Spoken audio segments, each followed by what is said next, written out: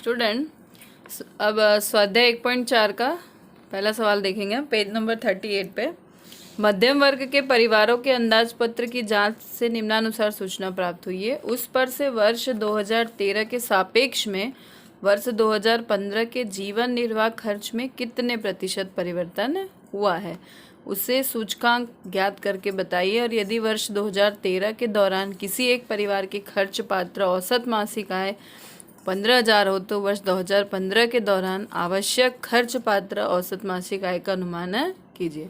इस सवाल में दो आंसर पूछे गए। एक तो पूछा गया आपको कि कितने प्रतिशत परिवर्तन हुआ है जीवन निर्वाह खर्च में, सूचकांक ज्ञात करना है। और दूसरा पूछा है आपको कि खर्च पात्र औसत मासिक आय का अनुमान निकालना है। आपको सवाल में समूह दे रखा है, भार दे रखा है। भार मतलब है W, और 2013 में खर्च है, ये हमारा हुआ 2013 यानी आधार वर्ष है, तो ये हो जाएगा आपका P0। और 2015 में खर्च दिया, ये हो जाएगा आपका P1। मतलब P0 और P1 से हम I निकाल सकते हैं। भार हमें दे रखा है W, और स्वाध्याय 1.3 में हमने इस प्रकार के सवाल गिने हुए हैं, तो उस पर से हमें सूचकांक प्राप्त हो जाएगा। और सूचकांक प्राप्त होने के बाद जीवन निर्वाह खर्च में कितने प्रतिशत परिवर्तन हुआ है ये भी ज्ञात हो जाएगा। मात्र में इसमें इस सवाल में एक चीज़ खर्च पात्र औसत मासिक आय का अनुमान देखना है। ये एक नया पॉइंट आपके लिए सवाल में दे रखा है। और 2013 के दौरान की औसत मासिक आय दी है। 2013 मतलब आधार वर्ष की मासिक आय आपको 15,000 दे रखी है। तो सवाल देखेंगे हम स्वाध्याय 1.4 का पहला क्वेश्चन। समूह मैंने भोजन, ईंधन, बिजली, भाड़ा, कपड़ा, फुटकर और सारी डिटेल हमने लिख ली यहाँ पर। P0 2013 का खर्च, P1 2015 का खर्च, उस पर से मैंने आई निकाल लिया है P1 बटे P0 गुणे 100। भोजन के लिए 3900 बटे 3000 गुणे 100, 1850 बटे 1450 गुणे 100, 2400 बटे 1500 गुणे 100, और 900 बटे 600 गुणे 100, और 1920 बटे 160 गुणे 100। अब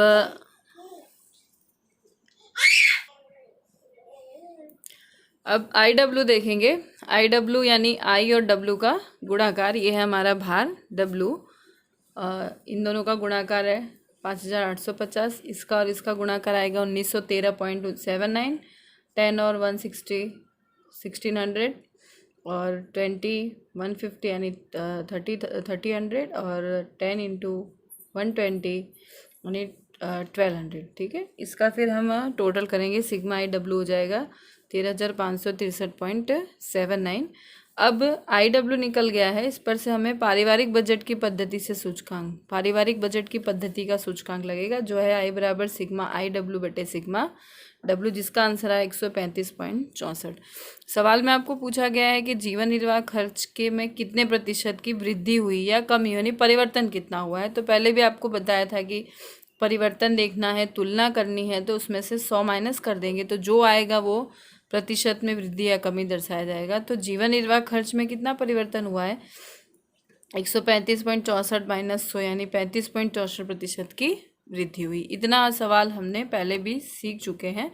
अब हमें मेन पॉइंट आपका देखना है, जो सवाल में पूछा गया है कि खर्च पात्र औसत मासिक आय निकालना है हमें। और 2013 के वर्ष की आपको आवक कितनी दे रखी है, 15,000। 2013 का वर्ष हमारे लिए है आधार वर्ष। तो इसका सूत्र क्या है खर्च पात्र औसत मासिक आय का, चालू वर्ष का सूचकांक बटे में आधार वर्ष का सूचकांक गुणे में आधार वर्ष की आय। चालू वर्ष का सूचकांक हमने निकाला 135.64, जो सवाल में पहले निकाला हमने। आधार वर्ष का सूचकांक हमें दे नहीं रखा है, और आधार वर्ष का सूचकांक हमेशा 100 होता है, तो 100 लेंगे, गुणे आधार वर्ष की आय हमें दे रखी है 15,000। 15,000 यानी खर्च पात्र औसत मासिक आय की 20,346, जो इसका आंसर होगा। यानी इस सवाल में हमें मेन पॉइंट ये सीखना था, खर्च पात्र औसत मासिक आय, जिसका सूत्र आप लोग अगर नहीं लिखे हैं तो लिख लीजिएगा और इसको याद कर लीजिएगा। अब आगे का सवाल है आपका क्वेश्चन नंबर 2। क्वेश्चन नंबर 2 देखेंगे हम।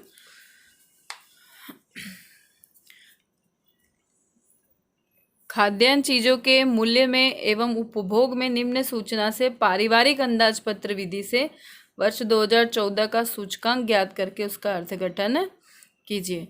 खाद्यान्न चीज़ों के मूल्य में पारिवारिक अंदाजपत्र की विधि से वर्ष 2014 का सूचकांक ज्ञात करना है। वस्तुएं दी है गेहूं, चावल, बाजरी, अरहर की दाल। वर्ष दिया है आपको 2010। 2010 का वर्ष है, मतलब ये है आपका आधार वर्ष।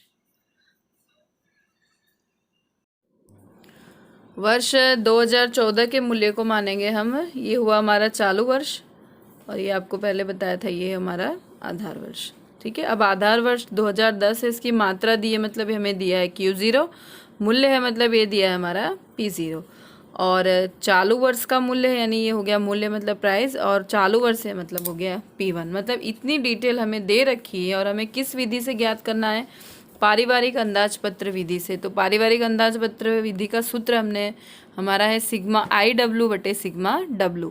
अब इसमें हमें I की ज़रूरत है, I तो हमें निकाल लेंगे P1 बटे P0 गुणे 100, और W हमेशा अभी तक सवाल में दे रखा होता था, यहाँ पर W आपको दिया गया नहीं है, तो W कैसे निकालेंगे, और आपको सूत्र में बताया था हमने P0 गुणे Q0, यानी दोनों का गुणाकार करेंगे तो हमारा आ जाएगा W, यानी इस पर से हमारा आ जाएगा I और इस पर से आ जाएगा दोनों पर से W, और इतना निकालने के बाद फिर हमारा एज इट इज़ सवाल जैसे हम करते हैं वैसे ही करेंगे। सवाल देखेंगे हम। आपको गेहूँ दिया है आपको 60, 40, 15, 25, 15, 32, 12, 50, और P1 दिया है आपको 18, 40, 14 और 70।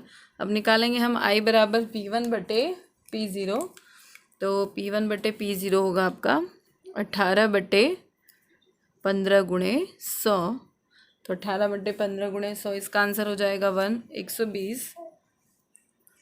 40 बटे 32 गुणे 100, ये हो जाएगा 125, और 14 बटे 12 गुणे 100, ये हो जाएगा 116.67, और 70 बटे 50 गुणे 100, इसका आंसर होगा आपका 140।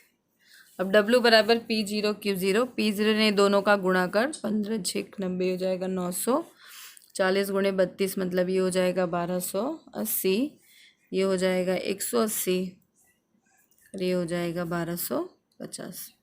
इसका टोटल लगाएंगे, ये हो जाएगा सिग्मा W बराबर 3610। IW ये दोनों का गुणाकार, इसका और इसका गुणाकार निकालेंगे तो ये हो जाएगा 1,08,000, 1,60,000, 21,000 और 1,75,000, और इसका सिग्मा IW निकालेंगे तो इसका टोटल आएगा 4,64,000। बस अब करना कुछ नहीं है, पारिवारिक अंदाजपत्र की विधि है, तो पारिवारिक अंदाजपत्र की विधि से सूचकांक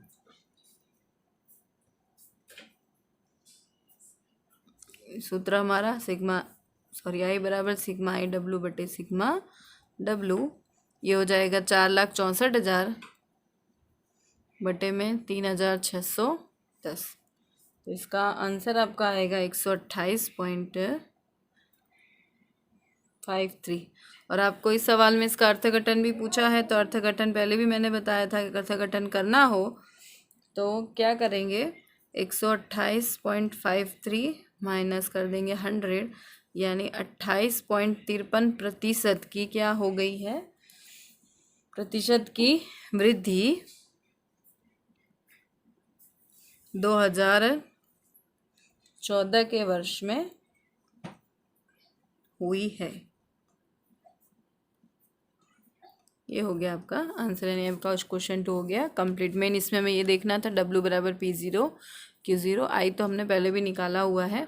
इतनी कीमत दे रखी हो और पारिवारिक अंदाजपत्र की विधि दे रखी हो, यार न भी दे रखी हो, तो ये सब डिटेल पर से हम ये चीज़ निकाल सकते हैं। अब हम देखेंगे क्वेश्चन नंबर 3।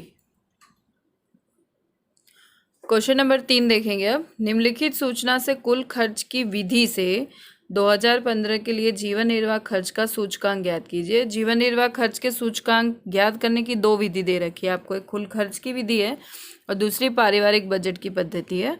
तो पारिवारिक अंदाजपत्र की विधि हमने ऊपर देख ली, अब हमें कुल खर्च की विधि से ज्ञात करना है। जीवन निर्वाह खर्च का सूचकांक तो ज्ञात करना है, लेकिन किस विधि से ज्ञात करना है, कुल खर्च की विधि से। और कुल खर्च की विधि में मैंने 2 सूत्र बताए थे, एक लास्ट पेयर जैसा सूत्र है और एक दूसरा पासे जैसा सूत्र है। ठीक है, तो अब हम देखेंगे कि कौन सा सूत्र इसमें अप्लाई होगा। तो आपको 2014 की मात्रा दे रखी है, 2014 ये आधार वर्ष है, मतलब ये हो गया आपका Q0। 2014 का मूल्य दे रखा है, मतलब ये हो गया आपका P0। और आपको 2015 का मूल्य वो दे रखा है, हो गया आपका P1। मतलब आपको Q0, P0 और P1 दे रखा है, Q1 नहीं दे रखा है। तो Q1 नहीं दे रखा है तो उसके लिए हमने सूत्र आपको बताया था, सिग्मा P1 Q0 बटे में सिग्मा P0 Q0 गुणे में 100, यानी ये लास्ट पेयर का सूत्र है। लास्ट पेयर का सूत्र लगेगा, मतलब इसमें हमें लास्ट पेयर का सूत्र लगाना पड़ेगा। ये तो कंफर्म हो गया कि कौन सा सूत्र लगेगा। अब ध्यान देंगे कि इकाई दे रखी है हमें, इकाई जहाँ भी हो तो कन्वर्ट करने वाली बात आ जाती है। इकाई आपको ए में देखो दी है क्विंटल, और आपको मैंने कहा जब भी क्विंटल दिया हो तो यहाँ पर इसको चेंज करके हम कर देंगे, 1 क्विंटल बराबर होता है 100 किग्रा। ये हमने चेंज कर दिया। ठीक है, अब ये किग्रा हो गया, ये किग्रा हो गया, तो अब ये मात्रा को हम चेंज करने की ज़रूरत नहीं है। लेकिन 100 किग्रा का मूल्य कितना दे रखा है आपको, 1200। तो इसको चेंज करेंगे, यानी 100 किलोग्राम का मूल्य 1200 होगा, तो 1 किलोग्राम का कितना हो जाएगा, 1200 भागे 100 यानी 12। ये मूल्य हमें चेंज करना पड़ेगा। इसी तरह 100 किलोग्राम का मूल्य 1700, तो 1 किलोग्राम का मूल्य कितना हो जाएगा, 1700 भागे 100 यानी 17।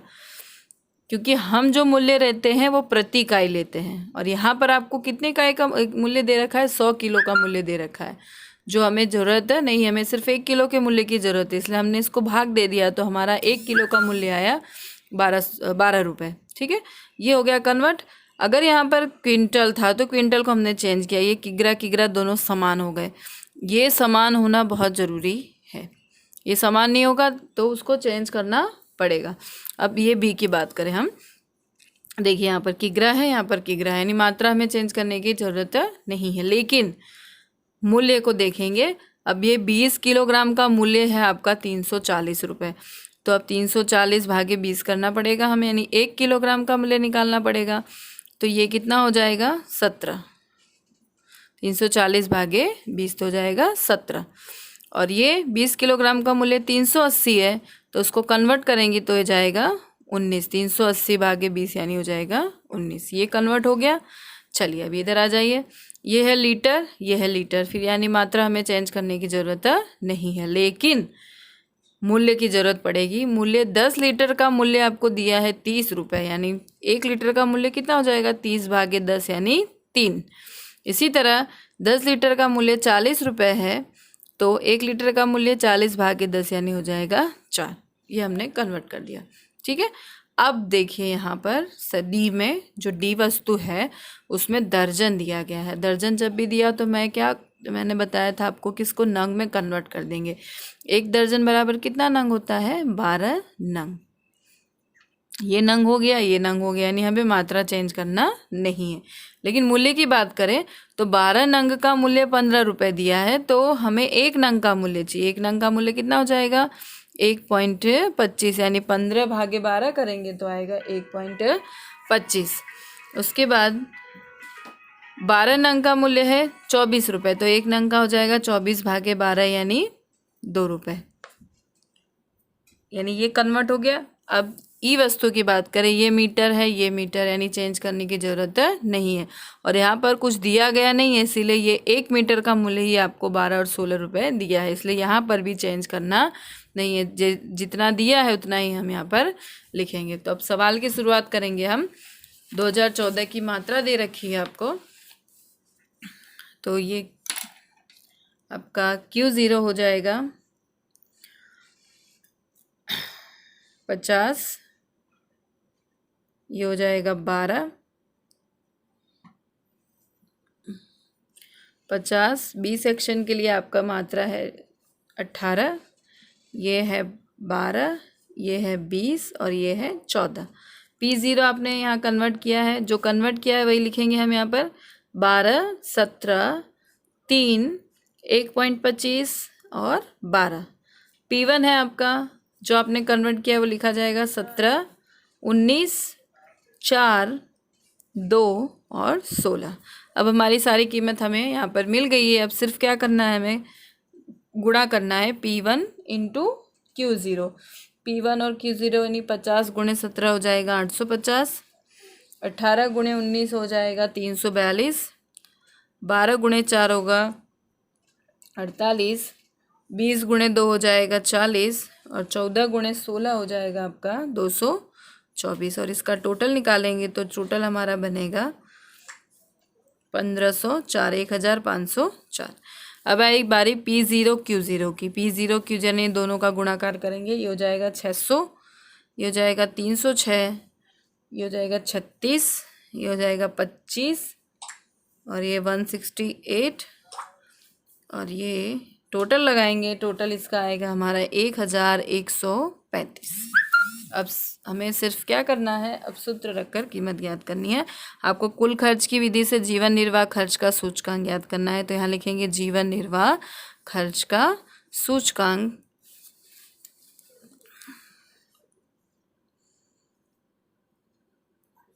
और किस विधि से हमने ज्ञात करना है इसे, कुल खर्च की विधि। आई बराबर सिग्मा P1 Q0 बटे में सिग्मा P0 Q0 गुणे में 100। ये हो जाएगा 1504 बटे में 1135 गुणे में 100। तो ये आएगा आपका 132.51। अर्थघटन करने के लिए यदि सवाल में कहा जाए तो 132.51 माइनस 100 यानी 32.51 की 2015 के वर्ष में आपको वृद्धि बताई जाएगी। ठीक है, ये आपका क्वेश्चन नंबर 3 कंप्लीट हुआ।